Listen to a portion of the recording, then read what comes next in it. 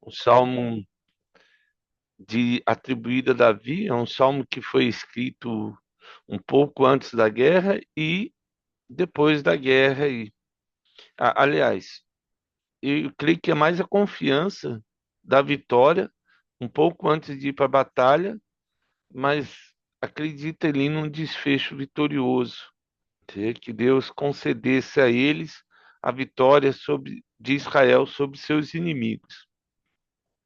O Salmo 20 é uma oração que a gente leu assim, parecia que antes de lutar na guerra, e o 21, agradecimento aí, depois que eles voltam ali da guerra ali, falando, olha, nós conquistamos a vitória. Esse salmo aí é um salmo que era muito usado pelo povo de Israel, na maioria das vezes antes das batalhas, e tem, né, esse verso que todo mundo lembra, né, uns confiam em carros e outros em cavalos, mas nós confiamos no Senhor. E é um salmo que traz um salmo profético aí, que fala sobre o ungido do Senhor. Então, o salmo do 1 ao 5, ele fala, o povo ora pelo rei, porque o rei era a representação da vitória desse povo, a confiança que Deus responderia a eles, e o contraste entre a confiança humana e a confiança em Deus. No final, o verso 9 aí, o clamor pela vitória. Então vamos lá. Salmo 1, o verso 1 aí diz assim, ó: O Senhor te responde no dia da tribulação. O nome do Deus de Jacó te eleve em segurança. É que o Senhor nos ouça aí nesse dia. Não importa a tribulação que nós vamos ter, Deus nos ouve.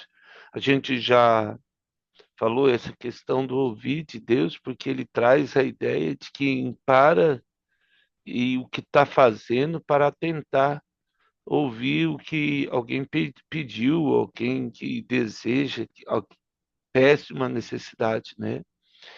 Alguém que está em angústia, aflição, perigo, medo aí.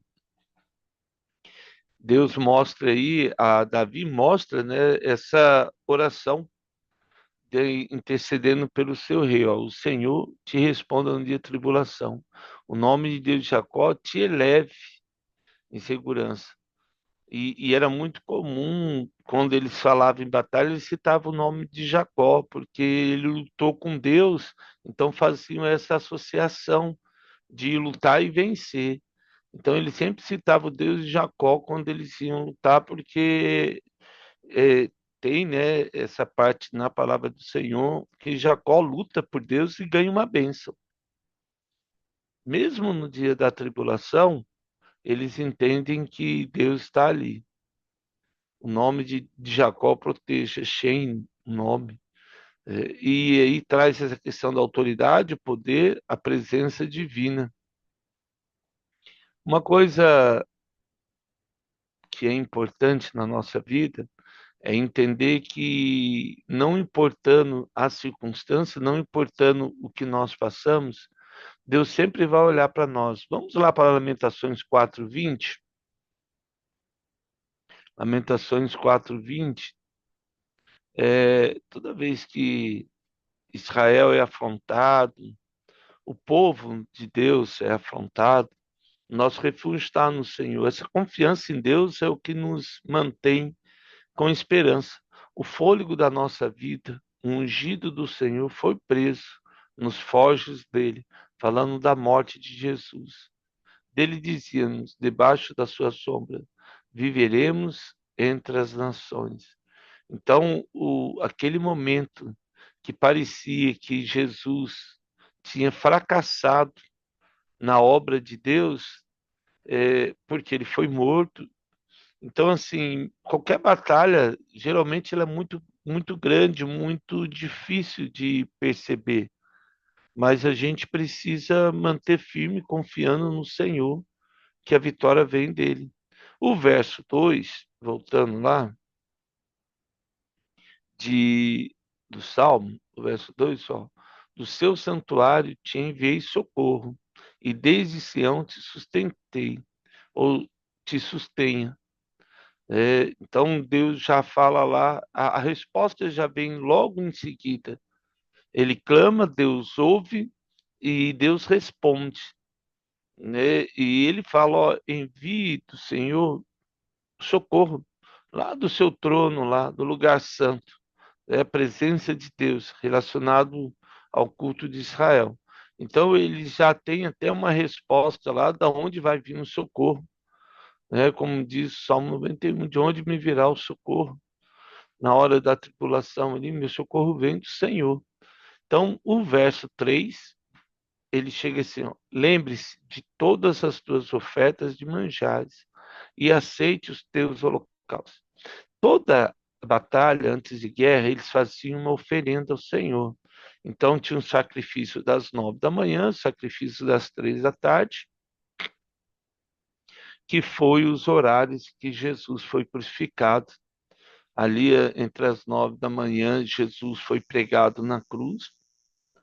Na hora que tocou o chifar, que era uma trombeta de Israel, anunciando o horário do sacrifício, foi quando o centurião, soldado romano, deu as primeiras pregadas em Cristo na cruz.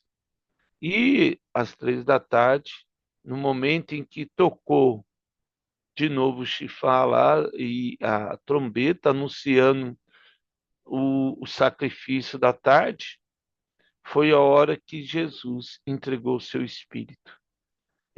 Os dois momentos do dia, Jesus ele traz essa questão do sacrifício. A nossa vida, ela é assim, né? A nossa oferta, a nossa oração é a nossa oferta. Então, quando nós oramos ao Senhor, nós ofertamos.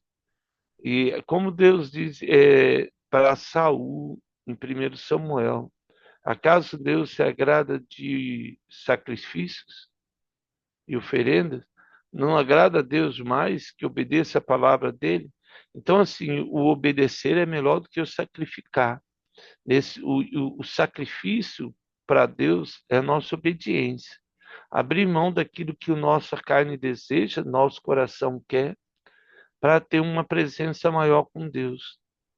E é esse desejo que nos mantém próximo do Senhor, que nos ajuda a vencer as dificuldades aí.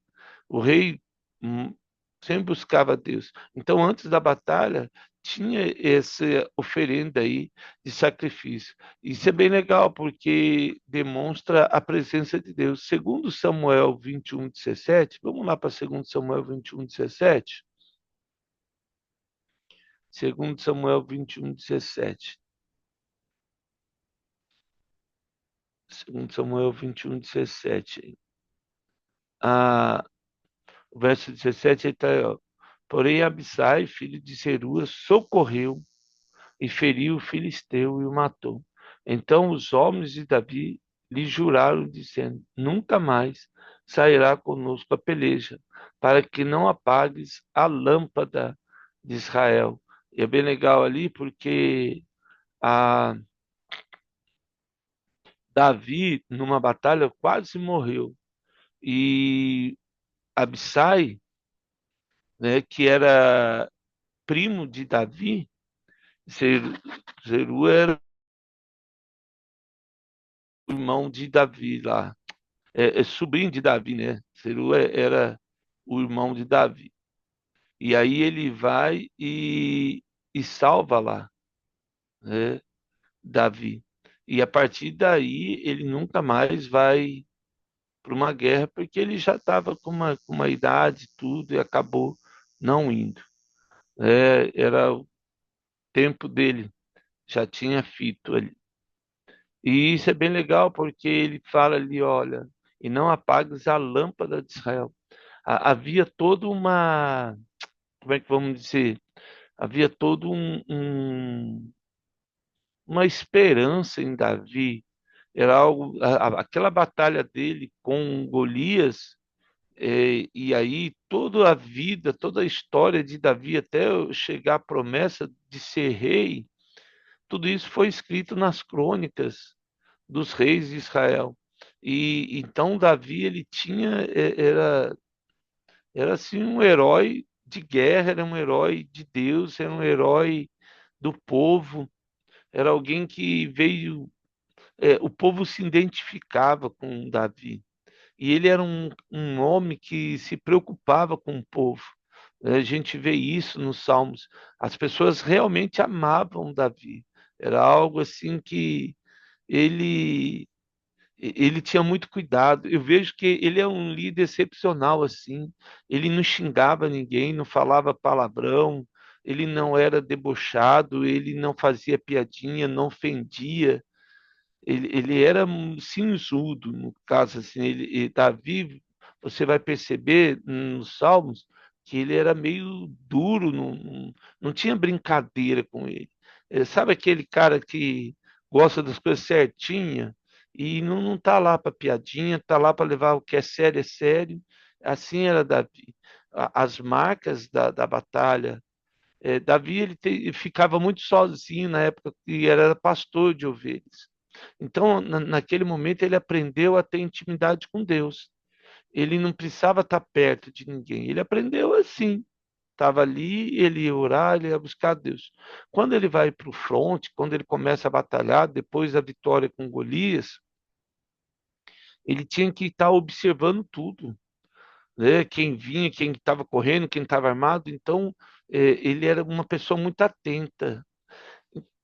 Então, quando a gente lê, para mim, Davi foi um líder excepcional, tirando duas situações que foram ruins na biografia de Davi, o restante em tudo, ele foi abençoado, porque era um homem assim. Eu vejo que quando é um líder assim que não precisava falar de ninguém, ele só buscava Deus. Esse é o maior exemplo, não só como um líder, mas também como um profissional. O nosso papel como cristão é exatamente isso.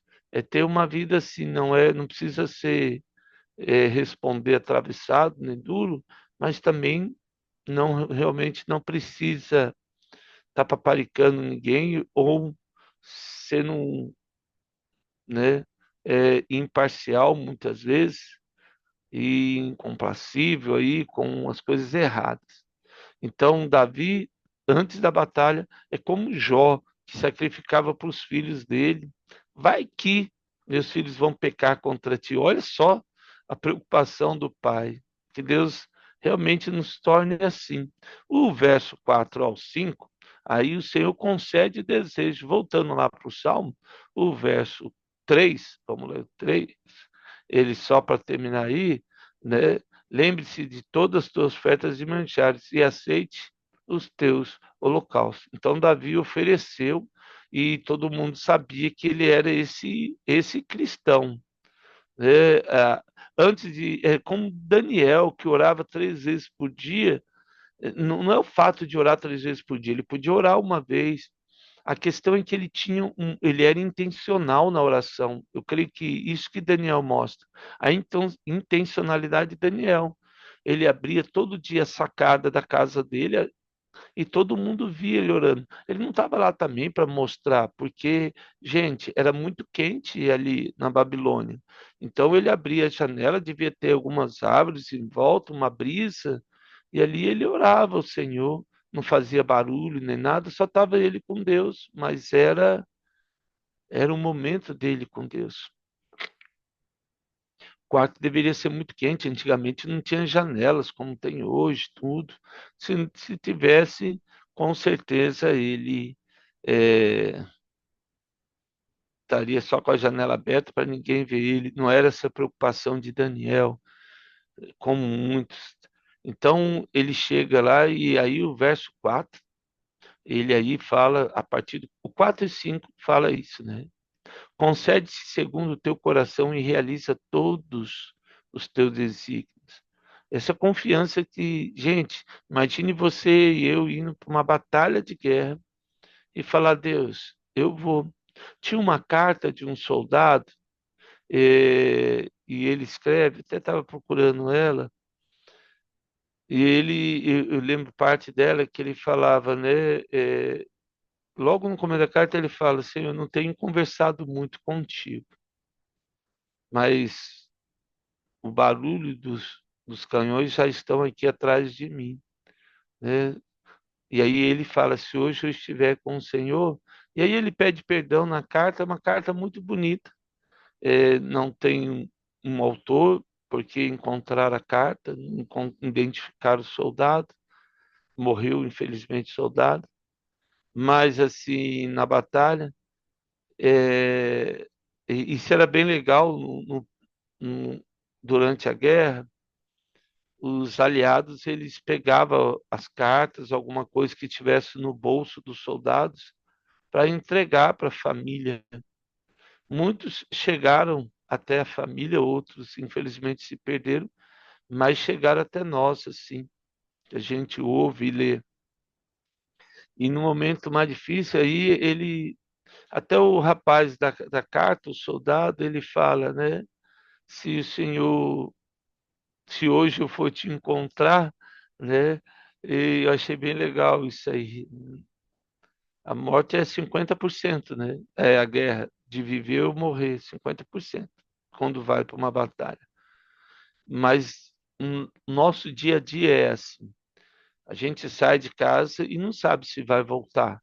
Mas uma coisa é certa, nós precisamos, voltando ou não para casa do nosso Pai, nós temos que regressar.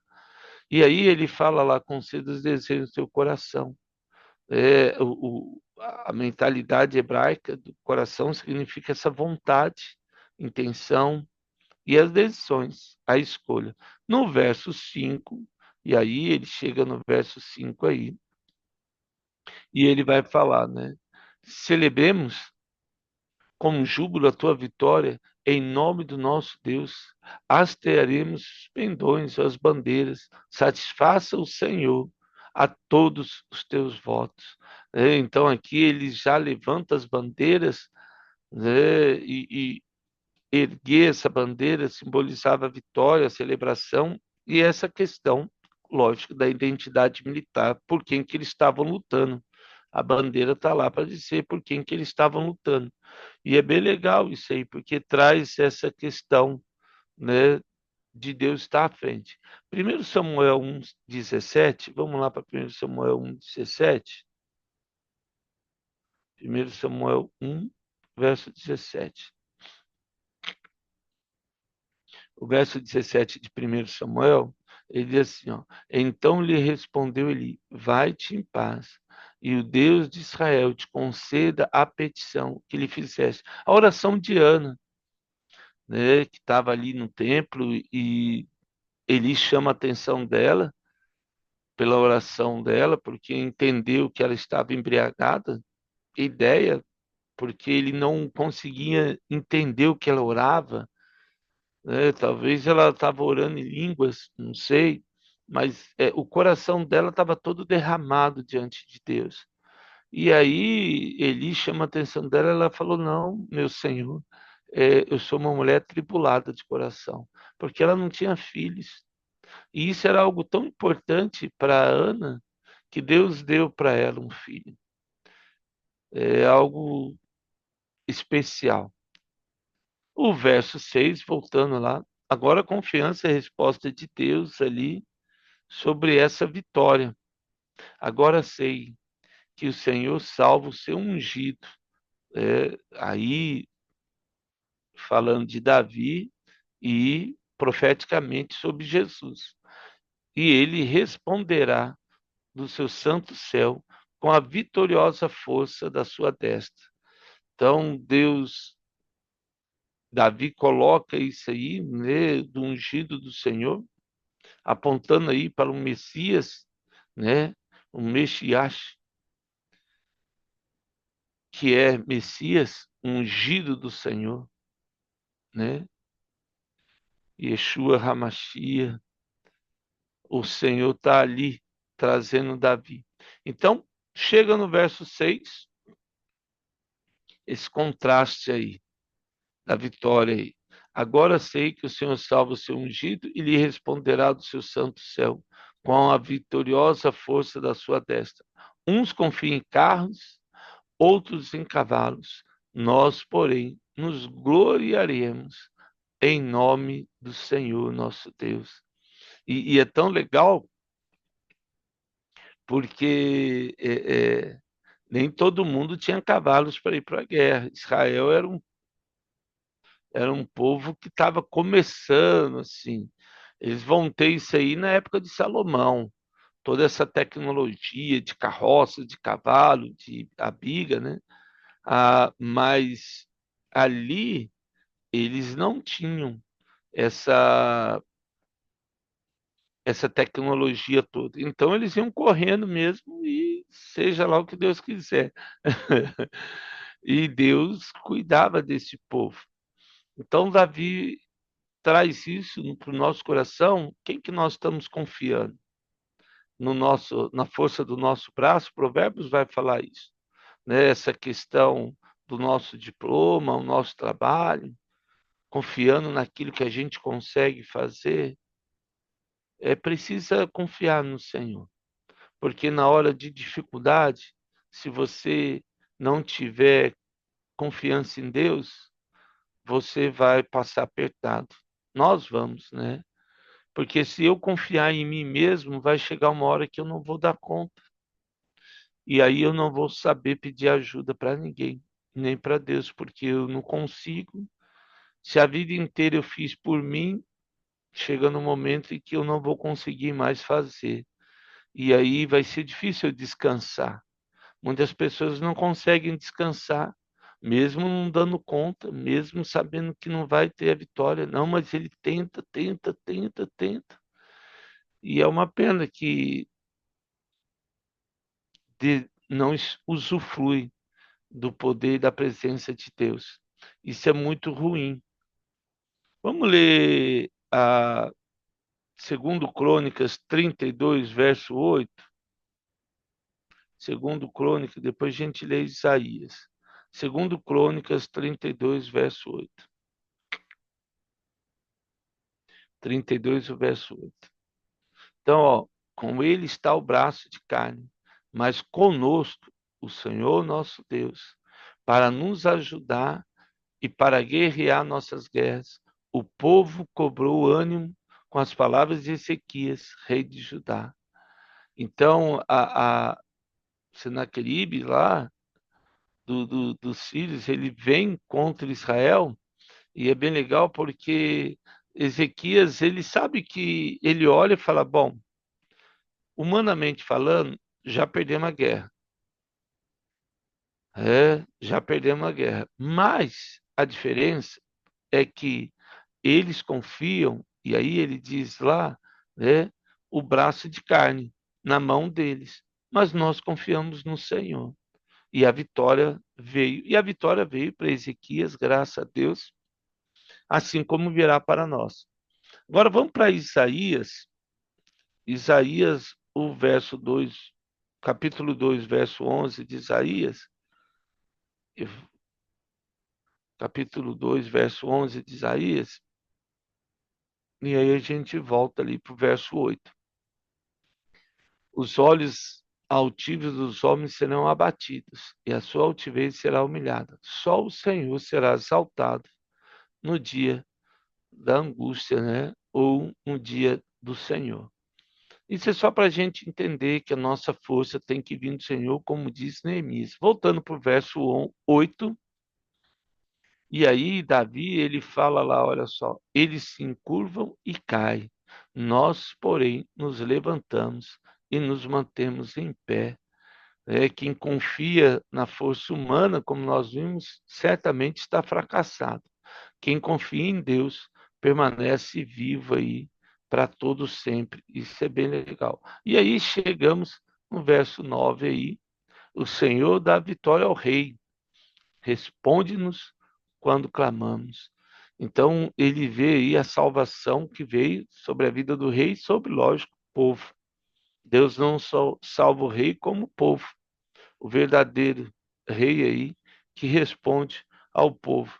E é bem bonito esse aí, porque agora eles se colocam em pé em agradecimento àquilo que Deus fez. Aí, nesse salmo, é legal que a gente vê o poder da intercessão. O povo orou pelo seu líder e, através dele, veio a vitória por causa da estratégia que Davi tinha, que era orar ao Senhor. A grande... Se você ler segundo Samuel, você vai ver que Davi, e primeiro, finalzinho, primeiro Samuel, a oração de Davi em tudo era algo, a estratégia, porque Deus mudava a estratégia de batalha e lutava por Davi também. Davi teve mais vitórias com Deus do que pela sua própria força. E o povo ora pelo seu líder, e a dependência aí de Deus agora, a vitória não vem da força humana, mas da dependência de Deus. Deus salva o seu ungido aí, e a confiança espiritual que eles têm aí. Devemos sempre orar pelos nossos líderes, não importa quem, se eu gosto desse, daquele, não faz diferença. Toda autoridade é dada por Deus. Nesses anos todos assim, que Deus tem me permitido votar, muitas vezes aqueles que eu voto não ganham eleição, mas não quer dizer que eu não devo orar por isso. Porque quando eu oro por um líder e Deus abençoa esse líder abençoa o Brasil. Então eu sempre abençoo. Lógico, peço para Deus trazer a verdade sempre à tona, não deixar que a corrupção permaneça no Brasil. Sempre oro todos os dias por isso. E oro para que Deus não só traga justiça e fim, mas que Ele ouça, né, a questão dos necessitados e de nós também, que pagamos. Eu vejo, falo, Deus, o problema não é pagar imposto, é quando o imposto não chega de volta para o povo. E isso entristece, porque se nós tivéssemos uma educação de qualidade, saúde de qualidade, transporte de qualidade, habitação para todo mundo, com certeza não me incomodaria de pagar tanto imposto que a gente paga. Mas, infelizmente, não é essa a verdade. Isso entristece. Mas cabe-nos orar, interceder pelos nossos líderes, e é Deus que vai nos dar a vitória, e confiar só em Deus e não nos homens. Tem o livro O Homem que Veio do Céu, de um irmão na China, e aí ele, depois você pode ler, ele fala que as pessoas pedem para tirar o regime da China e tudo, aí ele ora, ele fala assim, não olhe para isso, olhe para que Deus alargue as costas do povo cristão na China. Eu falei, nossa, quem cada um tem umas orações que são um tapa, né, sobre nossas vidas. Que realmente Deus possa abençoar o Brasil, tomar os nossos líderes, destruir essa corrupção no Brasil, que é generalizada, que é cíclica e é algo endêmico, parece que não sai. Mas na vitória do Senhor, independente disso, como José do Egito e Daniel na Babilônia, independente do líder, nós teremos a vitória em Deus. Bem, que possamos interceder todos os dias. Ó Deus, queremos colocar esse dia em tuas mãos, pedimos em especial, como o Salmo 20 diz, orar pelos nossos líderes, para que no Senhor, Deus, haja ali a presença de Deus, ó Deus, seja no executivo, no judiciário, no legislativo. Não nos permita ver tanta lambança, ó Deus, e tanta falcatrua, tanto desrespeito com o povo brasileiro. Muda a situação, Senhor.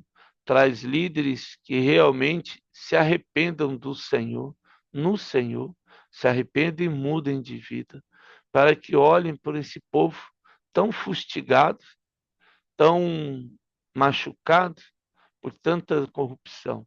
Que nesse dia o Teu Espírito Santo mude algo no Brasil. E ainda mais, Senhor, que o Senhor nos permita pregar do Evangelho de Jesus, orar pelas vidas, elas serem curadas, transformadas pela Tua graça. Nos ensina a ter uma vida de oração, como o Salmo 20 nos ensinou neste dia, no nome de Jesus. Amém. Que Deus nos abençoe a todos, amados, nesse dia ensolarado aí de verão. Deus te abençoe ricamente e possamos viver todos os sonhos de Jesus. Amém?